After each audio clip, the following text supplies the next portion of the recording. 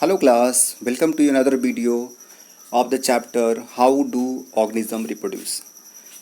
Class इसके पहले की जो वीडियो था उस वीडियो में मैंने आपको ये बताया था कि प्लांट और जो प्लांट होते हैं उसमें मेल और फीमेल रिप्रोडक्टिव पार्ट क्या होते हैं और वो किस तरीके से पॉलन ग्रेन का फॉर्मेशन करते हैं। इसके अलावा एग सेल कैसे बनता है, यहाँ तक बात क्लियर हो गई थी। एक चीज़ मैंने और आपको बताया था कि जो पिस्टिल है, पिस्टिल 3 पार्ट्स में डिवाइड होता है। एक होता है स्टिग्मा, एक क्या हो गया आपका स्टिग्मा, स्टाइल और ओवरी, 3 पार्ट हो गया। अब हमें ये समझना है कि जो पॉलन ग्रेन बनता है मेल गैमीट में, जो मेल रिप्रोडक्टिव सिस्टम होता है और जिसमें एंथर में जब पॉलन ग्रेन बनता है तो उस पॉलन ग्रेन का होता क्या है ये समझना है हमें। हमने आपको पॉलन ग्रेन की साइज़ और उसके शेप के बारे में डिस्कस किया था। अभी डिस्कशन हमें लेना है कि जब पॉलन ग्रेन आखिर में किस तरीके से, अगर कोई प्लांट कोई फ्लावर अगर बाइसेक्सुअल नेचर का है तब वहाँ पर किस तरीके से फर्टिलाइजेशन होता है, और अगर वो यूनिसेक्सुअल फ्लावर है तो किस तरीके से फर्टिलाइजेशन होगा। चलिए हम आपको डिटेल में समझाते हैं। पहले आप ये समझिए कि पॉलन ग्रेन का स्टिग्मा पर पहुंचना, बात समझिएगा। सपोज ये पॉलन ग्रेन था ये, और इसका स्टिग्मा पर पहुंचना, इसे हम टर्म देते हैं पॉलिनेशन का। क्या टर्म देंगे इसको हम पॉलिनेशन का नाम देते हैं। Means transfer of pollen grains to the stigma are called pollination. देखिए पॉलिनेशन 2 टाइप का होता है, एक को हम सेल्फ पॉलिनेशन बोलते हैं और एक को हम क्रॉस पॉलिनेशन बोलते हैं। सेल्फ पॉलिनेशन का मतलब होता है कि जब सेम फ्लावर पर अगर पॉलिनेशन होता है तो ऐसे पॉलिनेशन को हम ऑटो पॉलिनेशन या ऑटोगैमी या सेल्फ पॉलिनेशन बोलते हैं। बट अगर वो डिफरेंट पे जा रहा है, मीन्स डिफरेंट फ्लावर पे अगर पॉलिनेशन हो रहा है, उसे हम जीनोगैमी या क्रॉस पॉलिनेशन भी कहते हैं। बात समझ में आ रही है। चलिए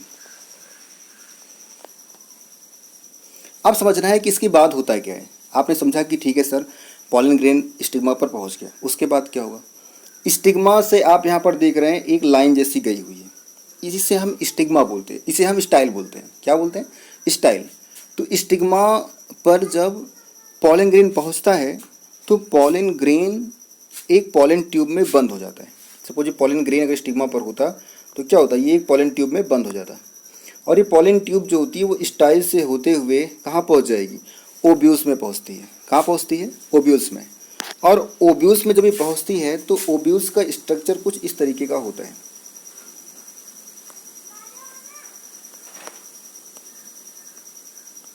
इस तरीके का होता है। यहाँ पर जो 3 सेल, ये क्या है? 3 सेल है, और इस 3 सेल्स को हम क्या बोलते हैं? इन्हें हम एंटीपोडल सेल बोलते हैं। और ऊपर भी 3 सेल आप देख रहे हैं। क्या देख रहे हैं? ऊपर भी आप 3 सेल देख रहे हैं। और इन 3 सेल में 2 सेल्स ऐसी होती हैं जिनको हम बोलते हैं सिनर्जिड। क्या बोलेंगे इनको हम? इन्हें हम सिनर्जिड का नाम देते हैं। जबकि जो ये बीच वाली सेल है इसको हम एग सेल बोलते हैं। ध्यान दें, ये सारी चीज़ें ओव्यूल या जिसको हम एम्ब्रियो सैक बोलते हैं वहीं पर होगी। ये फीमेल पार्ट की हम बात कर रहे हैं, ठीक है। अब आपने अभी तक देखा कि जो पॉलन ग्रेन था वो स्टिग्मा पर पहुंचता है, उसके बाद स्टिग्मा पर जर्मिनेट होगा और एक पॉलन ट्यूब में पैक हो जाता है। उसके बाद वो स्टाइल से होते हुए उस ओवरी में प्रेजेंट जो ओव्यूल है या जिसको एम्ब्रियो सैक बोलते हैं उसमें इंसर्ट करेगा, और वहाँ पर वो कहाँ पहुँचेगा, ध्यान दें। उसके बाद क्या होता है? उसके बाद ये इधर से आएगा, मीन्स सिनर्जिड से, या वो इधर वाले सिनर्जिड से आ सकता है या फिर इस तरफ के सिनर्जिड से आ सकता है, ठीक है, आएगा। और उसके बाद सिनर्जिड क्या करेगा, इसको प्लेस देगा और ये अंदर पहुंचेगा। अंदर आने के बाद जो पॉलन ट्यूब है वो ब्रस्ट कर जाएगा। ब्रस्ट करने के बाद उसमें से 2 पॉलन ग्रेन बाहर निकलते हैं। ध्यान देने वाली बात एक और है, यहाँ पर इस तरीके का स्ट्रक्चर होता है, ठीक है, जिसको हम सेकेंडरी न्यूक्लियाई बोलते हैं। क्या बोलते हैं? सेकेंडरी न्यूक्लियाई बोलते हैं।